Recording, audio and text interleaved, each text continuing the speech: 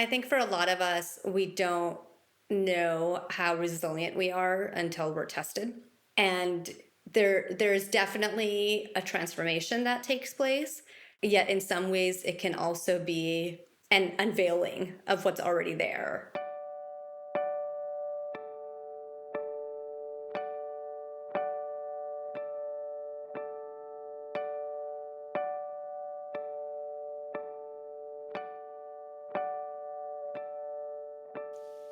Welcome to Cancer Talks, a podcast sharing personal stories of transformation from people whose lives have been touched by cancer. My name is Cheryl Buck, and I will be guiding today's conversation. Our guest, Parul Somani, is a public speaker who inspires people all over the world to build resilience. The founder of Silver Linings, Parul offers actionable insights on thriving through hardship.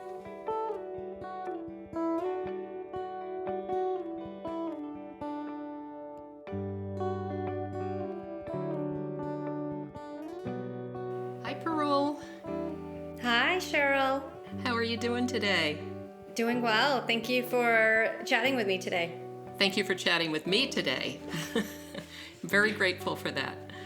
I was thinking that we would start with probably your childhood. Let me say, I love to know where people came from, a little bit about their family, their early life. And so I was wondering, I'm hoping that this would be a good place for you to start. Yeah, absolutely. Okay, wonderful.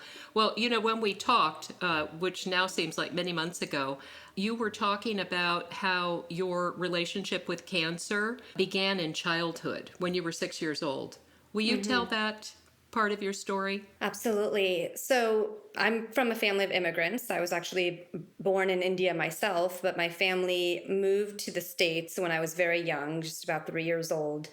And when I was 6 years old, my mother was actually diagnosed with early onset breast cancer in her 30s. And I was very young at the time, but I still have very vivid memories of certain moments. And one such moment is how my mother would wear a wig, but she would find it very uncomfortable. It was very itchy and she would feel very self conscious in it.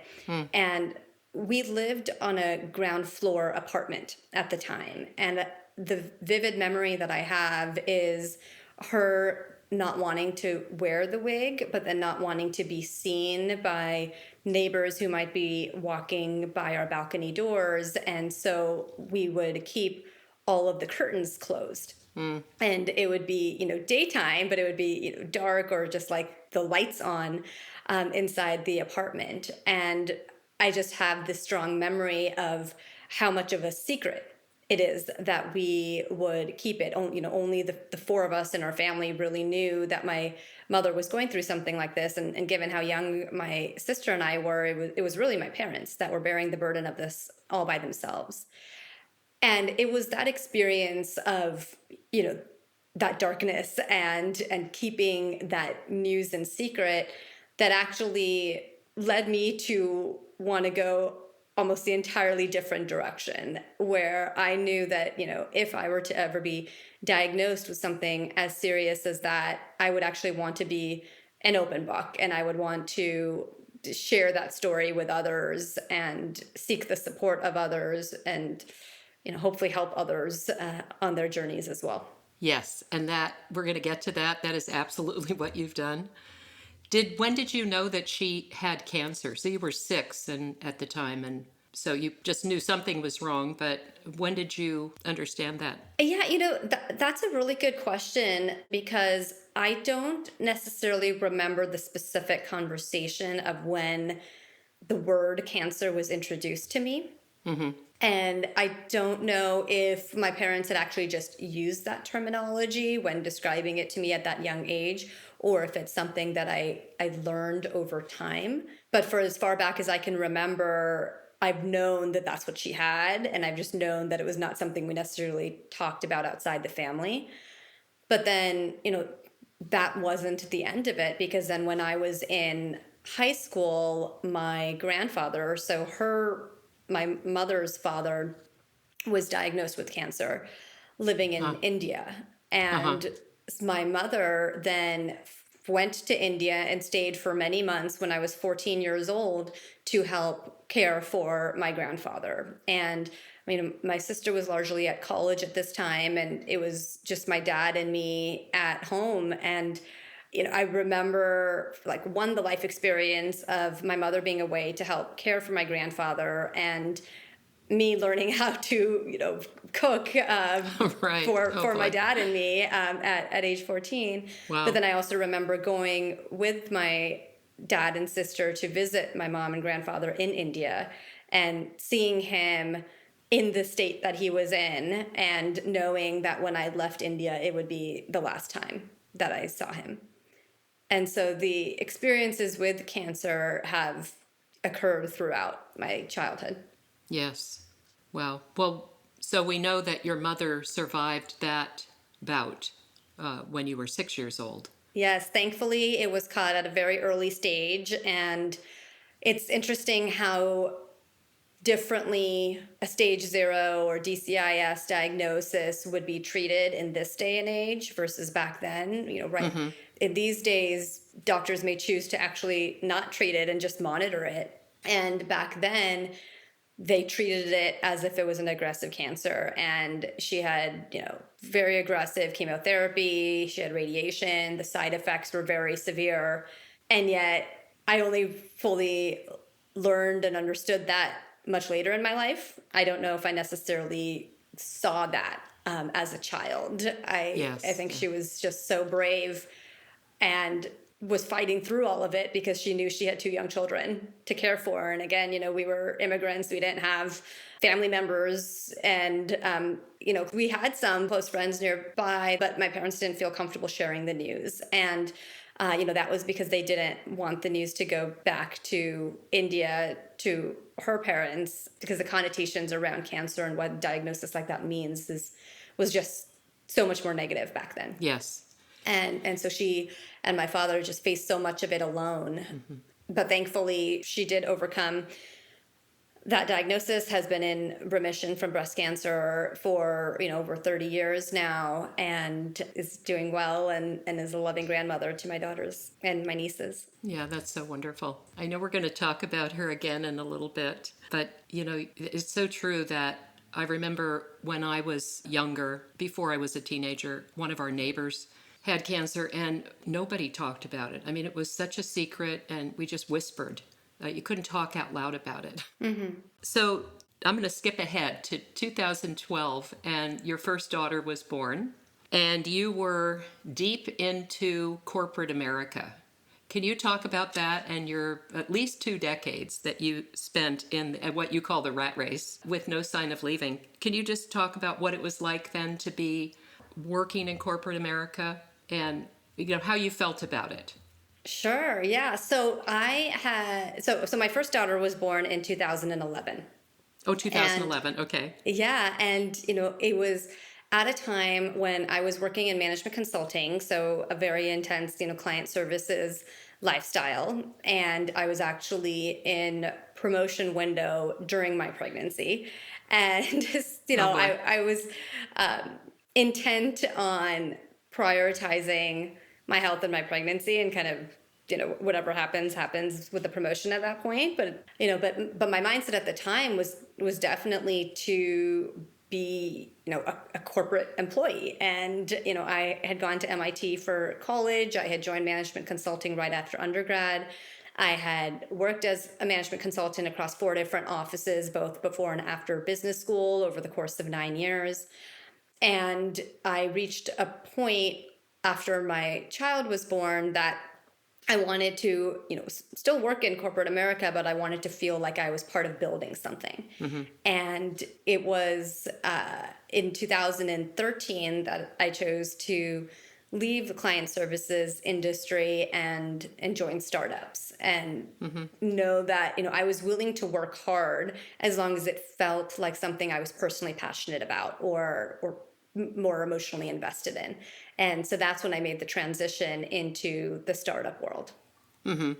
So, well, then what, 3 years after your first daughter was born, you were 31 years old Yeah. and you were pregnant with your second daughter, Yes. and you were waiting for an ultrasound. Can you tell us that part of your fascinating story?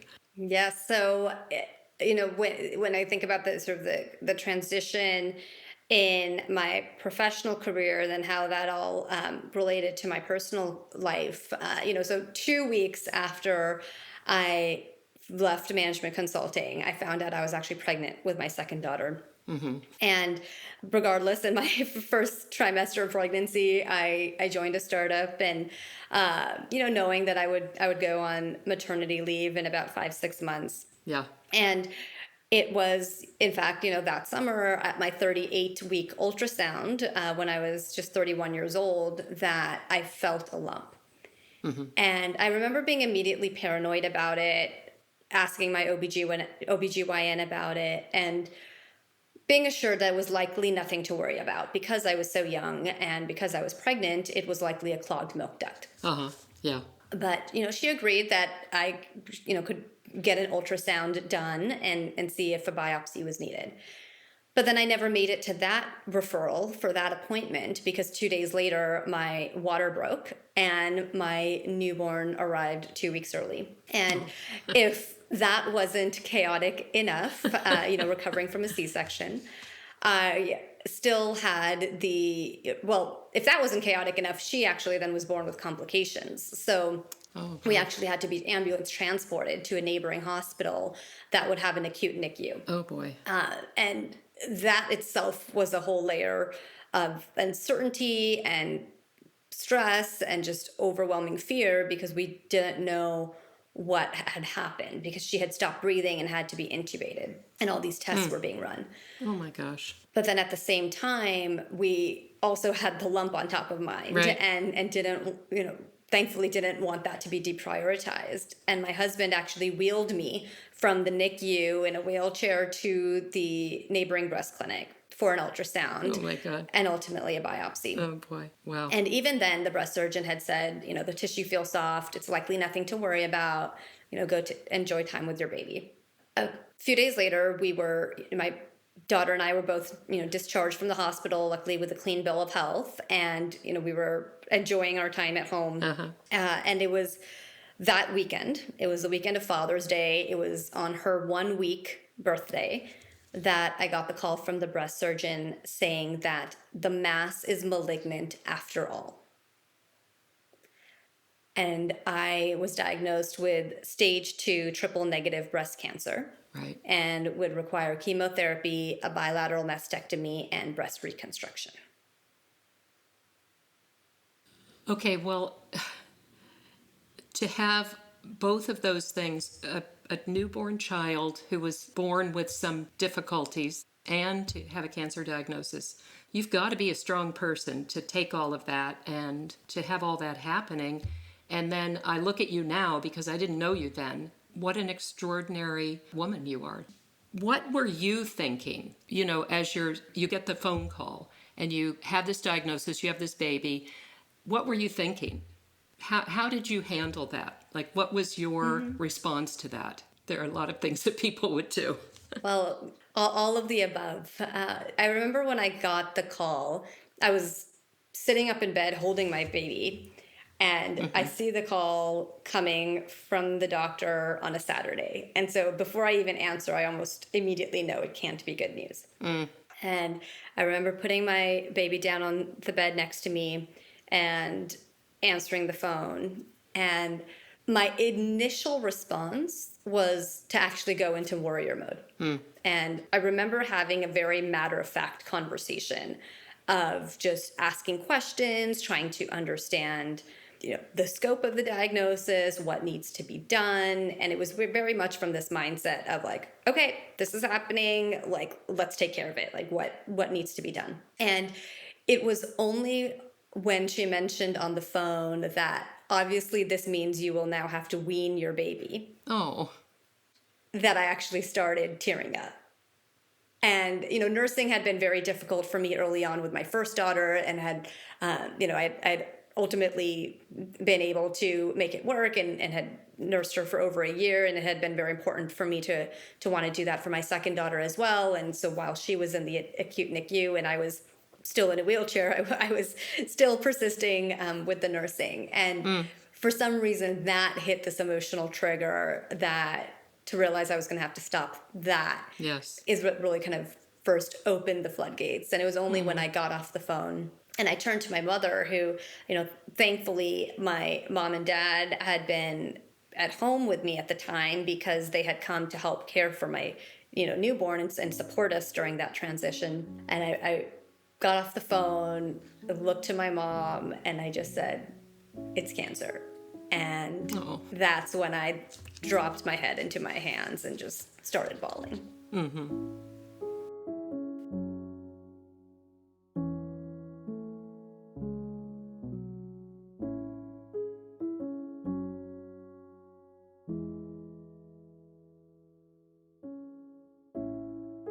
Well, it was also, as I mentioned, the weekend of Father's Day. And so when I received the call, my husband and my father were actually out with my older daughter at a fair celebrating.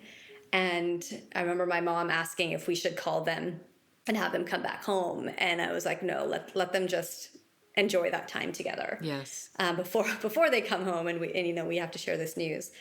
But ultimately that conversation had to happen. And I remember when my husband came to the room and just could see my eyes and like immediately knew something was wrong, that I had been crying.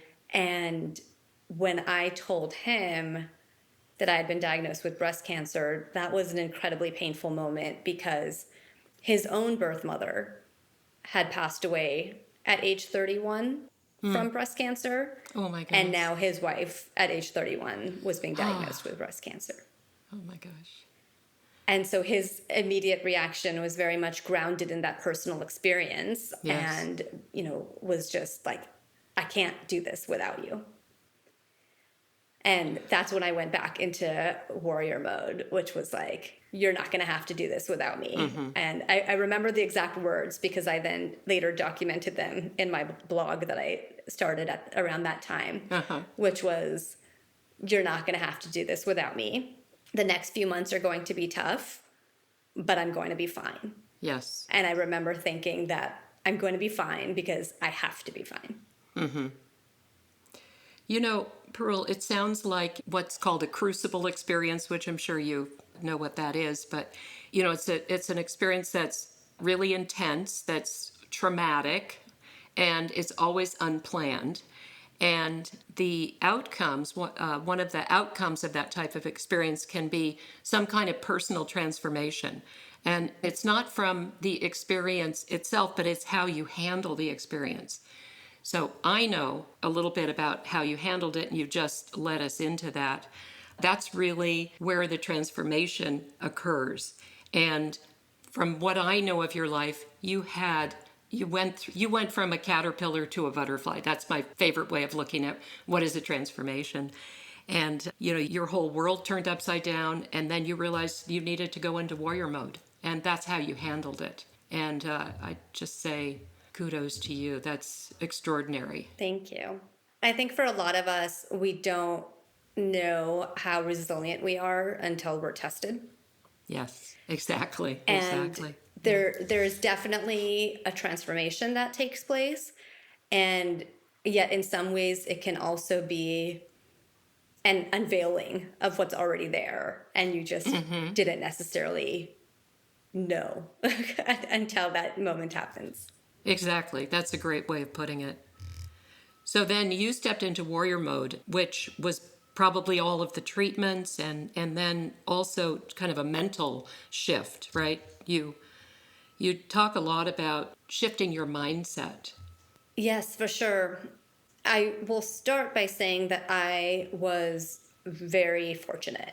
And I mean that by the fact that, on one hand, I was on maternity leave. And so that maternity leave became a medical leave. And so and while that obviously has its own share of complications, it helped that I was not needing to go to work at the time and was able to focus on understanding my diagnosis and treatment as needed. Yeah. As well as just having an incredible pillar of support from my family, my mom and dad's, visit to help care for me during delivery and recovery. It turned into a one-way ticket for many months to help support our family through my treatment.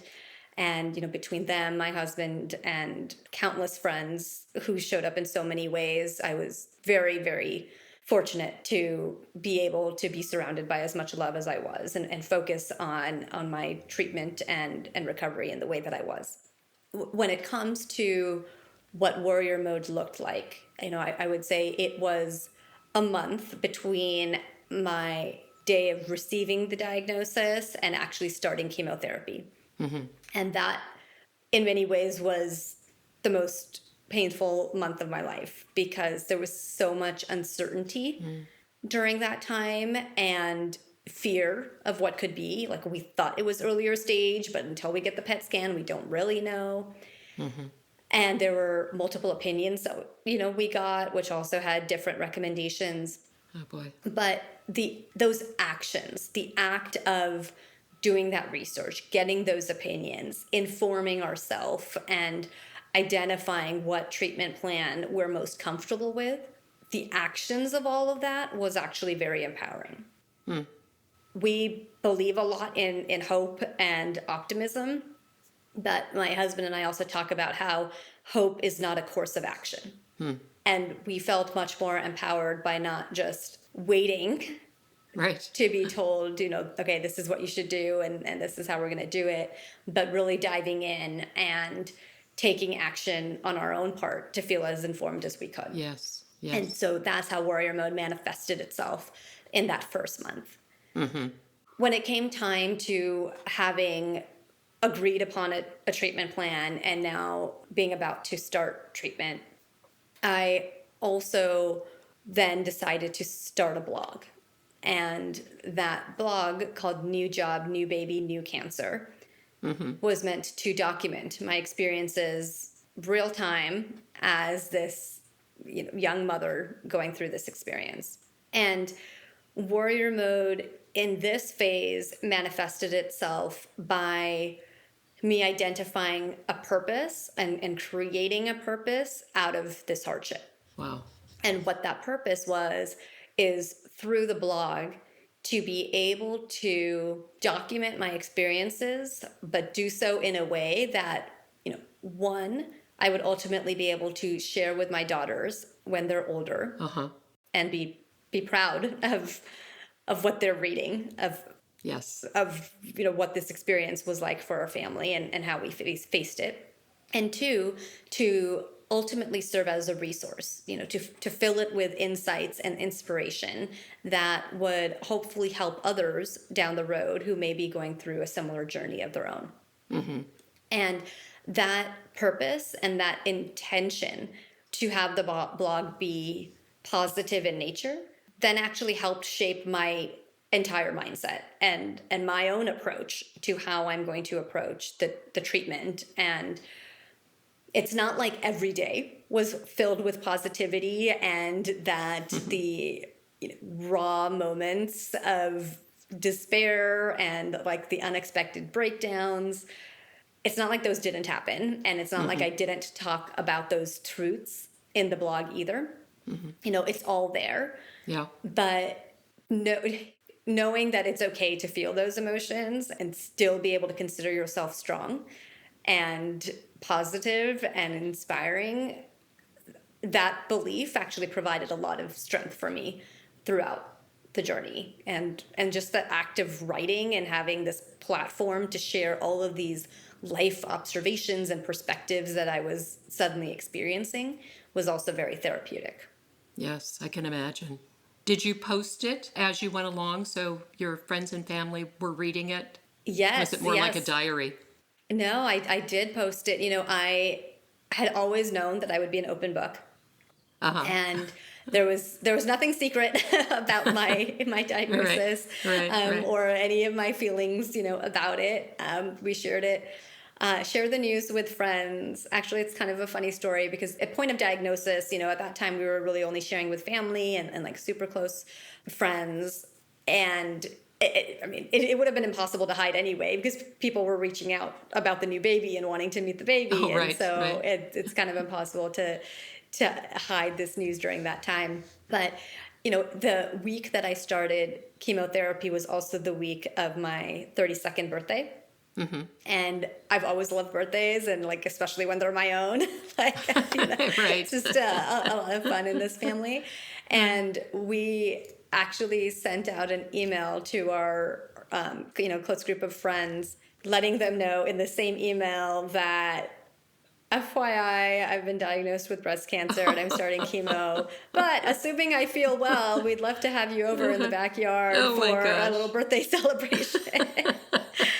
And so, that was actually like the way that we actually shared the news early on. Yeah. But, part of the impetus for the blog was also knowing that there are going to be a lot of people out there who want to know what's going on, but maybe don't feel comfortable kind of constantly reaching out to Exactly. ask. Yes. And, Yes. and, whether it's me or my husband, we're not necessarily going to want to have to like repeat the conversation every time to update everyone either. And so, one of the reasons for the blog was also to serve as this communication channel Yes. so that others would be able to keep a pulse of on what's going on, at the time that they'd like to. And so the origins for the blog were, very much to be communicative to our own network, but also, to codify this experience. And it's always been grounded in this belief that there's value in experience sharing. And I shared how as a child, and I had learned that in our own culture, or in my own culture, and family, and in many other families out there, experiences like these types of hardships, these diagnoses, these illnesses are often kept such a secret. Right. And I knew that there would be other communities out there where there'd be a desire for this type of raw information. And in the years since, this blog has now been read in roughly 85 countries. Oh my goodness. And I think it's a testament to the fact that Yes. there are just so many communities out there facing these same types of issues, and the desire to be able to hear from others, and learn from others is very real. It is very real. Yes. Wow. What a gift. What a gift that blog is and continues to be, right? People even now are reading it, I would imagine. Yeah, they definitely are. I still every now and then check the kind of analytics of the Yes. blog, and even if it's just like one person on a day, right? I know that one person must be going through such a hard time. Yes. And if there was even one post that helped them in some way, then the blog has served its purpose. Yes. And I have no doubt that there were a lot of things on that blog that helped people. I know from my own experience, when one gets a cancer diagnosis, most people just scramble for something, different opinions and things like that, and what it's like for other people. So I have no doubt that blog continues to be valuable to people out there. It's also something that I never could have written in hindsight. Yes. Like even now when I go back and read through it, it's almost like an out-of-body experience, because Wow. I can remember those emotions and dialogues and moments that I wrote about, but I don't think I could have tapped into that level of detail or emotion Yes. looking back now. Yeah, that's a good point. It's much more real and, as you say, raw. Yes. Yeah. So, Parul, I'm remembering on your website you have a picture of I think you called it an artistic interpretation. Every cloud has a silver lining. And I just find that fascinating that I don't know how old you were when you made that, but somewhere before you were an adult. And that was a glance into the future, which you probably didn't know at the time, that would be a very important contribution that you would make and are making now. So I'd love to kind of go into that a little bit and talk about what silver linings means to you. Absolutely. In this past year, the phrase silver linings has been used a lot. And it's often and usually referred to as what I think of as almost a positive side effect of something bad that has happened. And it's something that people tend to talk about looking for. And I view silver linings a bit differently.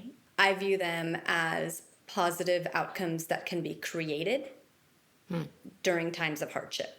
Yes. When I've reflected on the past 6 years since my own diagnosis, I can identify so many quote unquote silver linings and positive outcomes that have emerged. Yes. Whether it, be my mother's health, my father's health, like all these detailed stories that, stand alone. But there are a number of amazing silver linings that can be sort of rooted back to my own original diagnosis in terms of the sequence of events that led to them. But it's not like this hardship or dark time happened and then I did nothing. And then 5 years or 6 years later, or sometime later, this positive thing happened. Right. It required very intentional actions along the way. And what I mean by that is this mindset where you're open to opportunity, even in the darkest of times. Yes. And there's this advocacy that's required of thinking about, as that one door is closing, what is the other door that's opening? Yes. And being able to turn it into a silver lining. And it was that realization that whether it be, the health curveballs that I've experienced in life, or, years later, curveballs on the professional side. Right. The skill set, like those personal leadership skills of resilience and mindset and intention that enabled me to turn those hardships into opportunities and turn them into experiences that I actually not just bounced back from or recovered from, but actually ultimately thrived from. Those are skills that are important for anyone, regardless of the type of hardship or challenge that they're facing. Yes.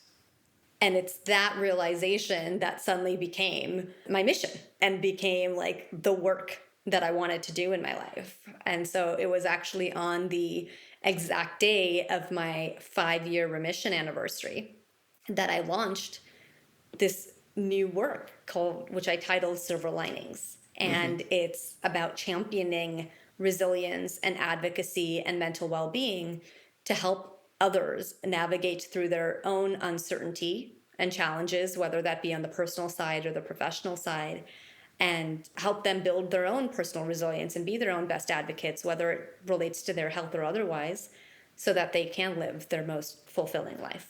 Yes. I would love to hear. So on your website, you talk about a series of silver linings, and you number them, which I love. And silver lining number 2 relates to silver lining number 3. And you joined an organization that I'd love for you to talk about, and then how that related to your mom. So I mentioned that when I first felt the lump, I was immediately paranoid. And the reason I was immediately paranoid was, not just because my mother had early onset breast cancer, but because 2 years earlier, I had gotten genetic testing done and learned that I carry a mutation in the BRCA1 gene and have a very high risk of both breast and ovarian cancer as a result. And that information ended up being so powerful. Like, as hard as it was to hear when I first got those test results, it was the reason that we advocated for ourselves to have an ultrasound and biopsy of the lump done, even when others were telling us it's a clogged milk duct. Yes. Yeah. And in fact, once I delivered my baby and the milk came in, I actually couldn't feel the lump anymore. And it would have been so easy to dismiss it as truly having been a clogged milk duct. Yeah. Wow. I wouldn't have felt it again until I stopped nursing, like a year later. Uh-huh.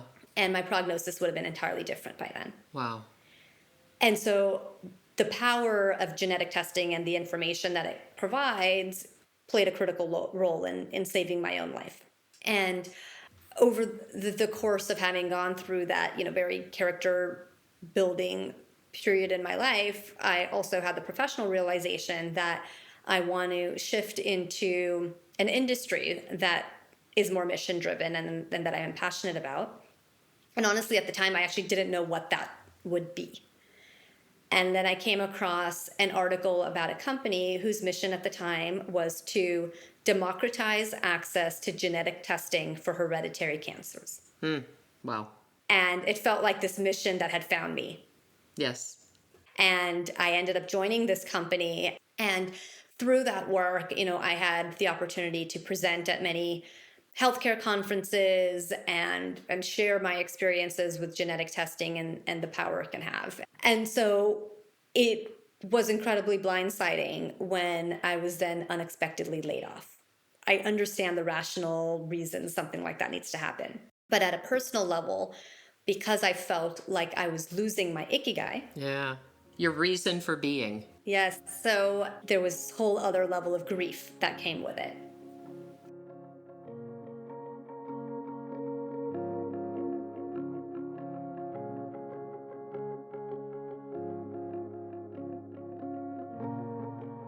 In the year that followed, I had the luxury of time to be able to reflect on where do I go from here and what is it that I want to do next. And I was very intentional about, first just taking it as an opportunity to be more present with my children, my family, than I'd had the chance to be in the past. Mm-hmm. And I took it as an opportunity for introspection of what's truly important to me. And during that same period of reflection, I had gone back to my parents' home, with my family to visit, and was going through my childhood room and all of my old school projects and, thinking about what it is that I want to bring back to my current home now. And I came across this piece of artwork that I had made. And I honestly can't remember which grade it was, but, maybe middle school. And it was a painting artwork that I had done for the quote, "Every cloud has a silver lining." It's so beautiful that you painted that. Yeah. It's like I came across this painting at the right time in my life. Yes. Where it just suddenly really resonated with me about the reminder of hardships and how there can be meaning that comes out of them. Mm-hmm. It was only a few months later when I was asked to speak at the grand opening of the new Stanford Hospital and share my experiences as a patient and caregiver. Yes. That I was reminded that I've always loved public speaking. I've always loved experience sharing. And when I think back to the role that I had at the genomics company, a key part of what I loved was that experience sharing and impacting of people's life. Yes, absolutely. And it was this convolution of events that helped me realize that maybe you don't just get one ikigai. Maybe I can actually create my next That's ikigai. Good to know. Yeah, because we're always changing, and what our reason for being is always evolving. Yes. And I've realized that I can create a new mission for myself based on this self-realization of what I love to do and this belief that we all need more resilience and we all need help advocating for ourselves. And I never imagined myself not being a corporate employee somewhere. Right. And I would never have foreseen that I would be pivoting my career to becoming a public speaker. And yet that is now what I do. I launched Silver Linings to become a storyteller and a thought partner to organizations and people to help them build their own resilience, whether at a personal level or at an organizational level, and how to best advocate for themselves, whether it be for their own health or whatever else it is that they need to live a healthy and fulfilling life. Right. You know, one of the questions that I've had in listening to you and reading about you is that gift that you have to show people how to build resilience. And I'm just wondering, can you say a little bit about that? Like, how does one build resilience? Is there a secret? Well, so an important part of building personal resilience is knowing that it can be built, Uh-huh. that it's not a skill that you're just born with or you're not, but it's actually a muscle that you can exercise over time and strengthen. Interesting. Oh, that's And fascinating. I love that. Yeah. yeah, and so then it comes to, okay, what are the exercises that you need to do? Right. And the, exercises are different elements of like mindset and gratitude. So one is even knowing that you choose what mindset you're going to have about challenges. And then there's the journey, right? It's not like a moment where you exercise resilience. It's an ongoing process. And so over that process, are you fueling your sources of energy? And what that means is, do you even know what you get energized by? Right? Like we're all carrying a charger around for our phone because we want to keep it charged all the time. I mean, God forbid it like shows us the low battery signal. Right. And yet how often are we recharging ourselves? That's a very good point. So it's Wow. recognizing what you get your energy from, and then identifying, are you actually structuring those activities into your day? Are you actually carving out time for those? Now, there's multiple other steps related to, practicing positivity, practicing gratitude, and ultimately knowing that you can create your own silver linings, and being able to exercise those steps on a daily basis, right? You Yes. don't have to wait until there's some significant challenge and hardship to like suddenly put these into play. There's daily frustrations that we all face, right? Whether it's getting the kids ready in the morning for school or like a traffic jam and missing our exit, whatever it might be, there are these daily tests to our resilience. And each of those are opportunities. Each of those moments are opportunity to choose how we're going to respond and choose how we're going to face that experience. Yeah. And each of those moments where we decide and respond in a ultimately more positive way, we're actually physically changing the shape of our brain. And we're physically creating new connections in our brain that will then help make it easier to respond in that more resilient and productive way the next time our resilience is tested.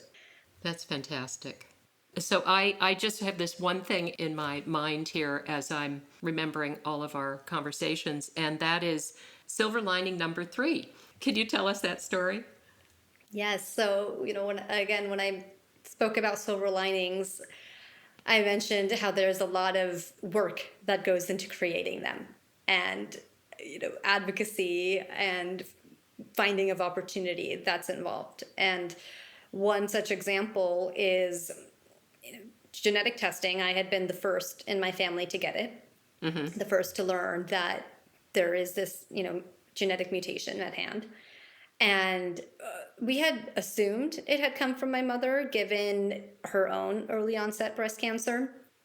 But for, a number of reasons, there was a lack of comfort with her wanting to get tested. And, I can totally understand there could even be like a sense of guilt, right? Her feeling like it Yes. was something that she had passed on. Oh, yeah, right. And yet I had known firsthand the power of that information, and that if she too carries that mutation, then it's not just the risk of breast cancer, but then there's also this high risk of ovarian cancer. And that's the one that scared me because there aren't really effective screening methods available. And over 85% of them are only caught when they're already at an advanced stage. And it was through observing how open I had been with my own diagnosis, with my own experiences with testing, and ultimately when I then joined a genetic testing company, that my mom found increasing comfort with the idea of being tested. And we confirmed that she also carries a mutation in the BRCA1 gene. And the question at that point became, well, what do you do with this information? And understandably, it is a very personal decision on whether or not to go through any preventive surgery. But the only way to truly minimize your risk for ovarian cancer is to have a prophylactic removal of your tubes and ovaries. And given that she was postmenopausal anyway, felt like the risk trade-off was worth it in this situation. And yet it took a year of me giving my mom PowerPoint presentations, and that's the ex-consultant in me putting things into slides and trying to show the data, and explaining to my parents that as you get older, this is how your risk increases over time. And if you go through this preventive surgery, this is how your risk decreases, and just how meaningful that change is. Yes. And she ultimately found comfort with the idea of going through this preventive surgery. She, flew down to California, and we went to my same care team down here, and she had what we thought was a successful preventive surgery. A week later, we got the call from the doctor saying that the results of the biopsies of the removed organs was in. And it turns out that there had actually already been cancer growing in her tubes. Oh boy. And we had That gives miraculously... me chills. Yeah. Oh, Wow. yeah. No, absolutely. It was totally unexpected. Like, as it is with ovarian cancer, there were no symptoms or indications that there might even be something happening, right? Yeah. And we had only miraculously caught it at stage 1 because we had gone in for this preventive surgery. And the tumor was actually so high grade that had we even waited a few months, like until the end of the summer, to go in for that surgery, it would have already been spread all over her belly. Oh my God. Now, my mom, unfortunately, still did need to go through, additional surgery and chemotherapy, but her prognosis is as strong as it could have ever been, simply because we advocated for our own family's health, and we were proactive about taking preventive actions. Yes. And thankfully she is in remission now, and will of course need to continue to be vigilant about her screenings and maintenance of her care. But we're just so thankful that that was one more silver lining that got created. Yes. Out of what started as difficult news, learning that this mutation exists in our family. Wow, that is amazing. Well, Parul, I just say that the difference that you make in other people's lives, from your family, your very close-knit family, to all the people that you don't know, is just extraordinary. And I haven't had the privilege of hearing you speak in front of a crowd, but I can imagine what it's like to be in the audience. And as a cancer survivor or cancer thriver, you embody all the qualities that you talk about. And this is what I mean when I said that it's you as an extraordinary, beautiful human being that is, this message comes through. And you have great things to say, but you embody resilience, which I know you talked about, creating that mindset for yourself, and kindness and caring. And that's the impression that I feel that you leave your audience, because I know you leave that with me. Right now, your audience of one as we're talking. Anyway, is there anything else you'd like to say? No, I would just like to thank you for your kind words and for the opportunity to share my story. And I hope it helps others. And it's great to see that you too are creating a mission from your own experiences and helping others as well. And I'm actually always looking for stories of other warriors, right? Whether that be others who have faced their own hardship on the health side, or on the career side, or relationships, or whatever that challenge might look like. I'm always interested in talking to others who have had their resilience tested, and better understanding from others what helped them face those challenges and ultimately thrive from them. And so if any of the listeners out there are a warrior themselves who would like to share their story or know someone who should have their story shared, please reach out to me. There's a contact form on my website, and I would love to be connected.